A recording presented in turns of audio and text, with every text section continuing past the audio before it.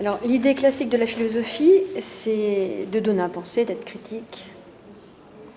Vous me dites si votre temps va compter. Attendez, je vérifie. Mais c'est bon. Oui, ça va. Excusez-moi un instant.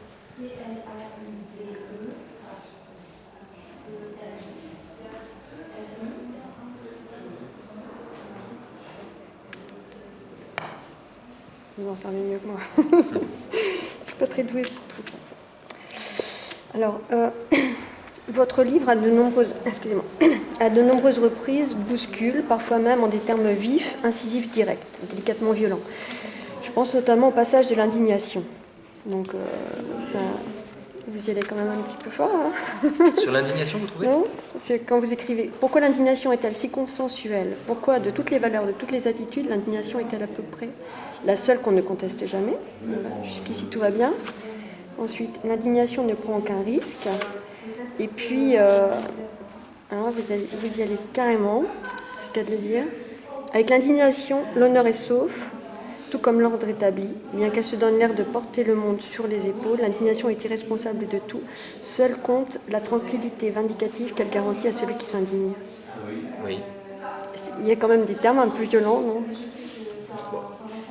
La violence, enfin peut-être, mais la violence dont vous parlez est à la mesure, à mon avis, de l'imposture de ce phénomène publicitaire, marchand, capitaliste, mais au sens le plus trivial du terme, ce phénomène publicitaire qui consiste à flatter en chacun le sentiment qu'on ne se satisfait pas du monde comme il va, comme s'il suffisait de s'indigner pour ne pas être content, ou comme s'il suffisait de s'indigner pour changer quelque chose. Je n'ai jamais vu que l'indignation changeât quoi que ce soit. L'indignation a enrichi certains, plus l'éditeur que l'auteur, peut-être d'ailleurs, j'en sais rien.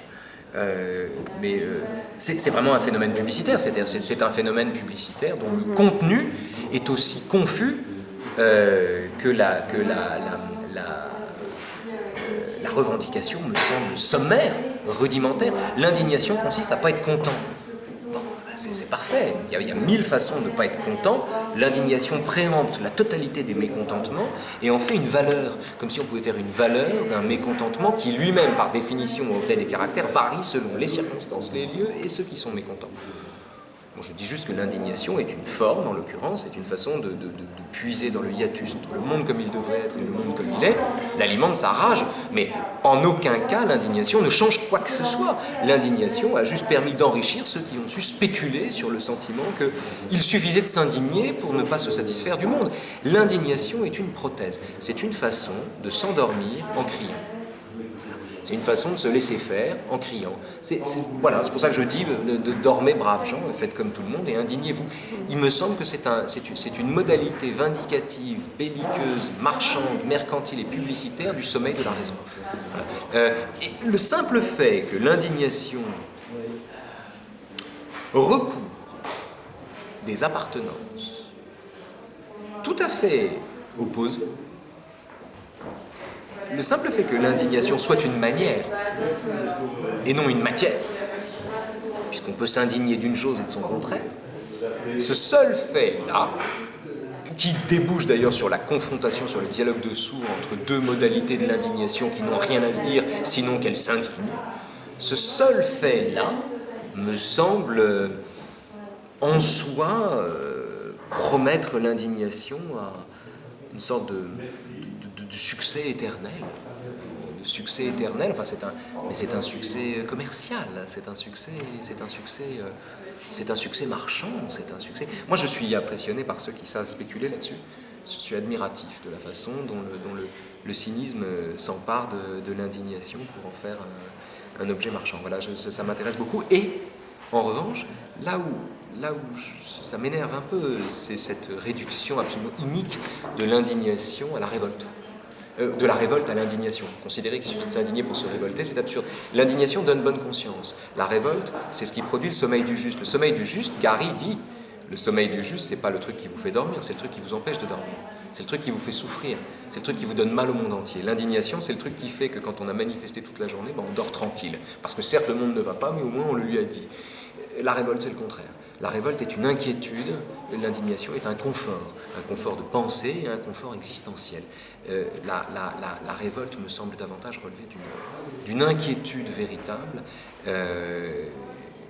qui pose toute une série de problèmes, notamment sa conversion en inquiétude collective. C'est le cogito camusien du « je me révolte, donc nous sommes ». Enfin bref, la révolte me semble plus intéressante que l'indignation.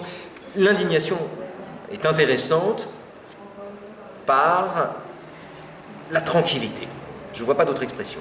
La tranquillité, fût-elle vindicative, qu'elle garantit à celui qui la promeut, qui la brandit et qui en fait commerce. Et alors, que pensez-vous de la minute de silence? Ça n'a rien à voir. Non. Ça n'a rien à voir. La minute de silence au moment de Charlie, ça n'a rien à voir, puisque la minute de silence consistait à expliquer aux gens, c'était une explication de texte en fait, la minute de silence. C'était une façon d'expliquer le « je suis Charlie ». Les gens ont compris « je suis Charlie » comme « j'adhère au dessin de Charlie Hebdo ». Enfin, personne n'est obligé d'aimer les dessins de Cabu, de Wolinski. Je veux dire, il n'y a pas de... Personne n'est obligé d'aimer ça. Dire « je suis Charlie », ça ne veut pas dire « je suis Charlie Hebdo », ça ne veut pas dire « j'adhère à Charlie Hebdo ». Ça veut dire « je m'abonne à Charlie Hebdo ». Ça veut dire dire « je suis Charlie », ça veut dire « j'ai un peu pris la balle qu'on t'a tirée dessus ». Voilà. Je suis un peu à ta place. Dire « je suis Charlie », ça veut dire « c'est moi qu'on a blessé aussi ». C'est ça, c'est une façon de souffrir des douleurs qui nous sont épargnées. La minute de silence est une façon non pas seulement de respecter ou de rendre hommage à ceux qui ont été victimes de la barbarie. La minute de silence est une façon de rappeler que derrière cet hommage, il y a des individus qui, en un sens, sont morts pour nous et presque à notre place. Et qu'il faut se mettre à leur place. Et le fait de se taire était une façon de se mettre à leur place. Et ceux qui disent « moi je ne suis pas Charlie parce que je n'adhère pas au contenu de Charlie Hebdo » montrent par là même qu'ils n'ont rien compris à ce slogan, qui en lui-même ne signifie pas, encore une fois, « j'adhère à Charlie Hebdo », mais signifie juste « je ne veux pas... je ressens une douleur qui m'a été épargnée ». C'est ça, je suis Charlie. Et la minute de silence disait ça. Et si je vous parle de ça, c'est parce que j'en ai parlé au niveau de ma classe. Et quand ils voulaient tous faire la minute de silence. C'est déjà ça. C'est déjà ça. Et quand je leur ai demandé de faire un dessin, donc de s'impliquer, il y a eu une grosse minute de silence, c'est le cas de le dire. C'est-à-dire que là, il ne s'agissait pas seulement de communier ensemble, même si c'est effectivement... C'est un journal de dessinateur, vous mettiez la barre très haut. Vous demandez au mec de faire un dessin en hommage à Wolinski ou à Cabu ou à Tinius, il faut être bon. Forcément, c'est le cœur qui parle. Possible. Peu importe. Mais, enfin, je veux dire la qualité du dessin. Ouais. Ce qui était important, c'était le fait de s'impliquer. Bien sûr, bien sûr. Et donc, là, en leur demandant ça, et en voyant qu'il y avait une minute de silence, enfin, on sentait qu'il y avait une réticence un peu. Parce que là, il fallait s'impliquer, personnellement. Et je me suis dit que, justement, cette minute de silence, bien que j'y sois favorable dans le sens d'une communion, effectivement, ensemble, mais je me demande si parfois c'est pas un peu pris dans le sens de se donner bonne conscience à mon monde. Il y a de tout. Il y a de tout. Et puis qui sait ce qui passe par l'esprit de quelqu'un pendant une minute de silence? Il y a de tout là-dedans. Il y a de tout. Aucun geste n'est exonéré de toute suspicion morale à un moment ou à un autre, et les motifs pour lesquels on se conduit. Reste que... il faut se dire, à un moment, il faut se taire. Quoi. Oui. Il faut se taire. Il y a un moment, il faut se taire. Et je ne peux rien dire, d'ailleurs, de ce silence-là. Je pense que ça aurait dû être fait avant. Quand il y a eu des attentats au musée de Bruxelles, par exemple. Oui, et Mera. Oui, mais c'est plus difficile de demander aux gens de faire une minute de silence quand seulement des juifs sont victimes. Voilà. C'est plus difficile. Les professeurs auraient eu beaucoup plus de mal à obtenir une minute de silence s'il n'y avait eu que des juifs parmi les victimes. C'est certain. Mm-hmm. Ce qui est en soi... Marceline Loridan avait dit ça, d'ailleurs, sur France Inter. Il avait dit, vous croyez qu'il y aurait eu autant de monde dans la rue s'il n'y avait eu que des juifs parmi les victimes? Et bon nombre d'internautes d'ailleurs lui étaient tombés dessus à ce moment-là en disant mais cette phrase est scandaleuse, cette phrase indigne. Et ceux qu'une telle phrase indignait sont exactement ceux qui n'auraient probablement pas défilé s'il n'y avait eu que des juifs parmi les victimes. En tout cas, c'est dans ce contingent-là qu'on serait allé trouver les absents. Oui, effectivement, il y a là quelque chose qui mérite qu'on s'interroge là-dessus, de l'importance qu'il y a eu après l'affaire Halimi, après l'affaire Mera, après Carpentras. Il y a eu moins de monde pour Carpentras. Après l'affaire Halimi, l'affaire Mera, Carpentras,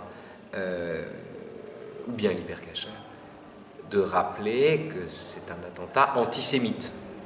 C'est-à-dire de le dire. C'est pas un attentat,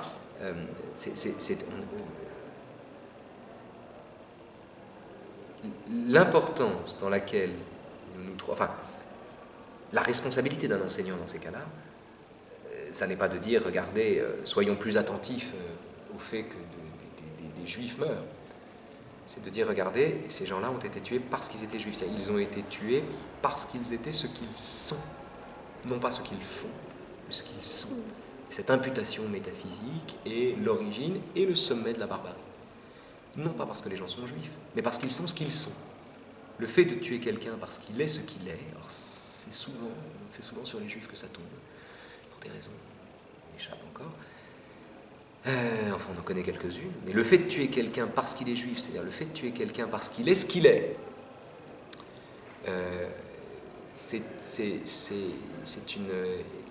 l'importance de reconnaître le caractère antisémite d'un crime tient au fait que quand on reconnaît cela, aucune explication du geste criminel ne peut venir dissoudre le geste lui-même.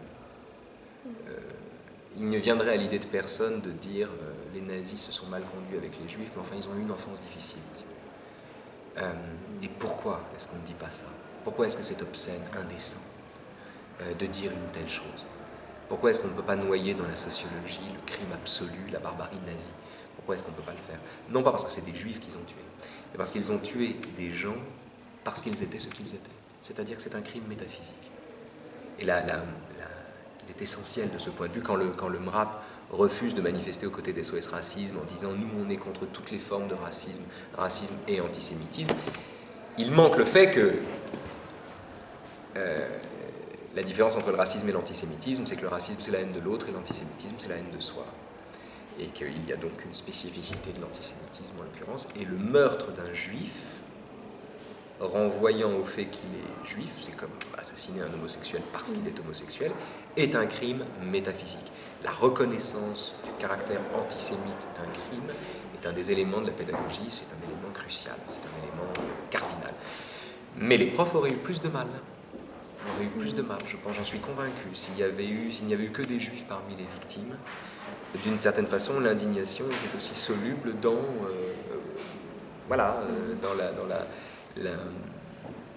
l'identité des victimes. Eût été soluble dans l'identité des victimes. Alors, merci de votre réponse. Alors oui, il y a des passages très rigoureux. Enfin, très rigoureux.